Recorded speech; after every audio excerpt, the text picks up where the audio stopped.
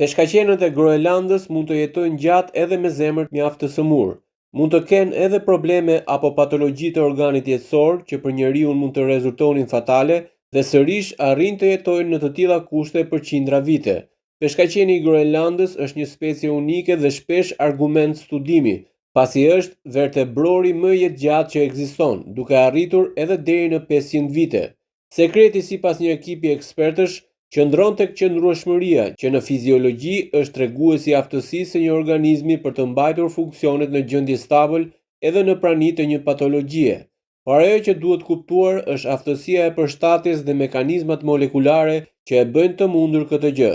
Sipas autoriteteve të studimit, nëse do arrihet një gjë e tillë, mund të ndihmojë thellësisht në mjeksi, pasi mund të jetë një çelës për procesin e plakjes apo patologji tek njeriu. Janë analizuar kampionet e indeve kardiake nga 10 ekzemplar peshkaqenësh, duke i krahasuar edhe me ato specie të tjera më jetëshkurtër. Rezultoi se dëmtimet në zemër ishin tipike të plakjes dhe pasojat e patologjisë përkatëse, por organizmi i tyre ishte i shëndetshëm, çka sipas autorëve ka vetëm një përgjigje, që është aftësia e përshtatjes pavarësisht problematikave të brendshme.